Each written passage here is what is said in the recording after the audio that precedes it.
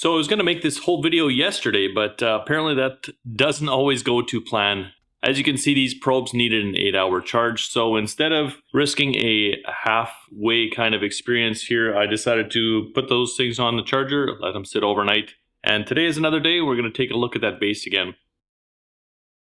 I did really like that it came with the handy 4 clips, one for each of the probe. I do have OCD a little bit like that, so having the probes in an order is actually kind of nice for me. I also did discover this today that I didn't see yesterday. Underneath the little kickstand there's a USB port, and I did not know that it existed. This unit has the same nice clip-on magnetic back, and it did come with the batteries as well. You just have to remove the tab to let those batteries do their work.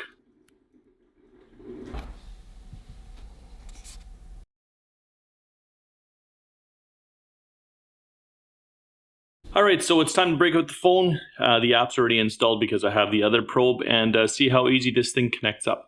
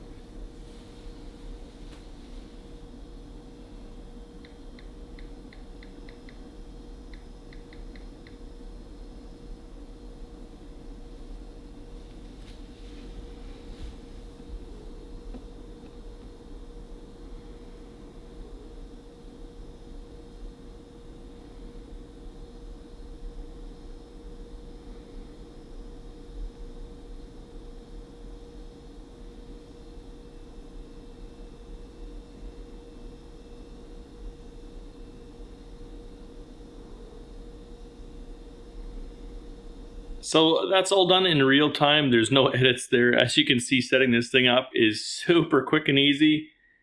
And the only thing it's doing right now is downloading the firmware, and that's already about halfway done, or the update.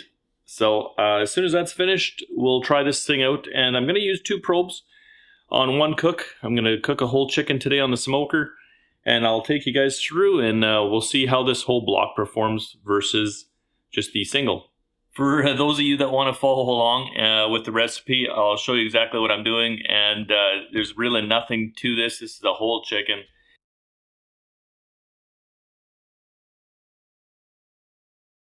Comes packaged like this from the grocery store.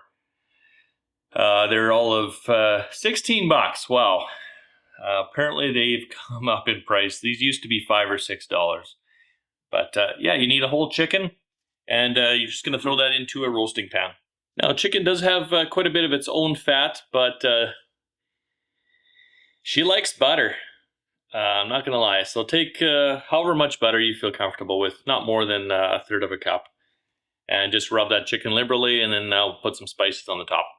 If you do like to eat the chicken skin, let it go in the barbecue a little bit longer just till it gets kind of crunchy. But then at this point in time, give this thing a good rub down and apply that over the whole bird. Otherwise, you're going to get some really saucy parts on the top of the bird.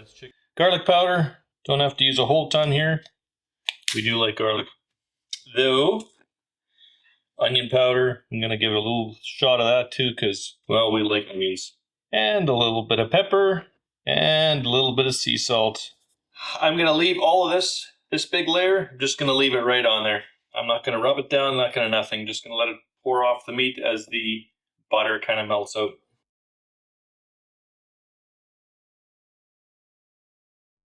All right, with the chicken all ready to go, let's get that probe set up. And like I said, we're going to use 2 probes.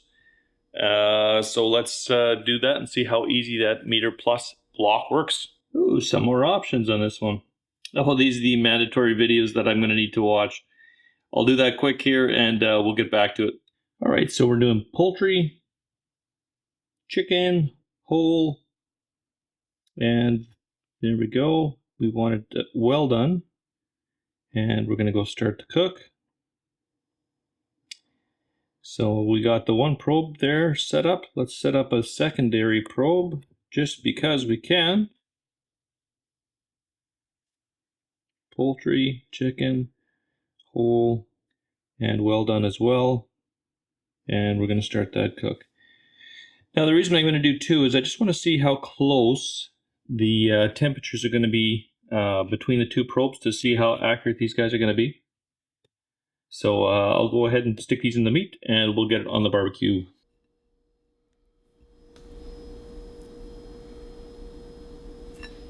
Probe number 1 and we'll go number 2. Both in. Let's get that thing on the barbecue.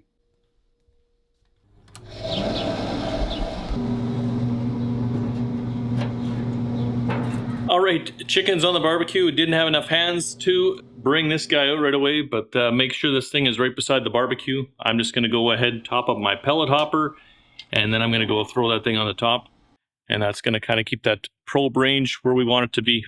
If you don't put it right beside, you're going to find problems with connectivity between the probes and the block.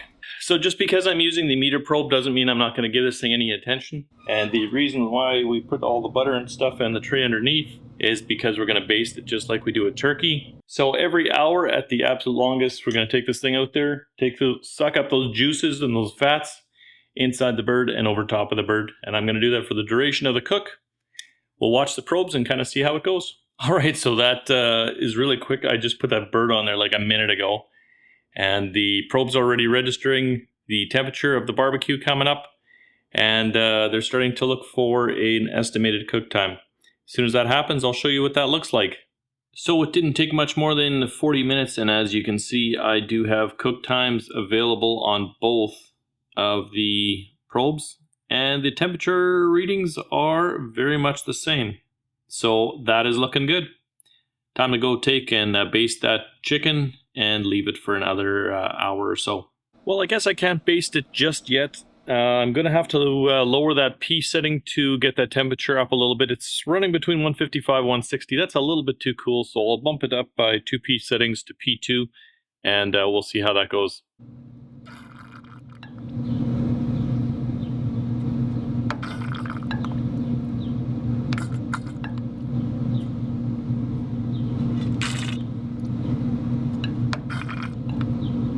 I'm going to have to bump that P setting down another 2 points here. It's actually at P0 right now because the temperature has just been dropping too low. Could go up a little bit higher.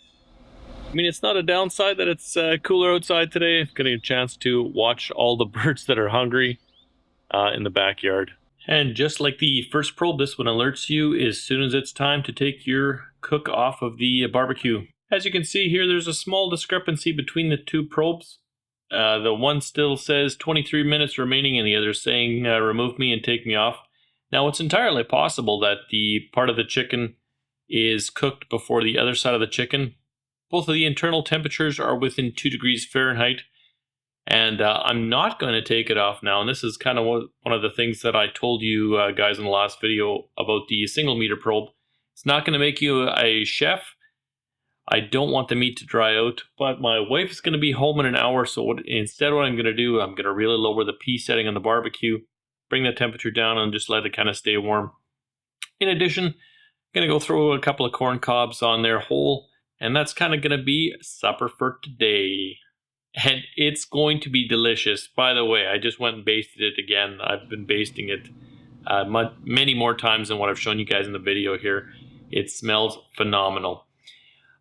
For those of you that's seen the part where I've got all the spices on the top, if you do want to spice it that way and you do want to eat the skin, just take and baste it a little bit more aggressively. It does actually wash off and go into the kind of the juices at the bottom as well, and you can use it to flavor your meat that way.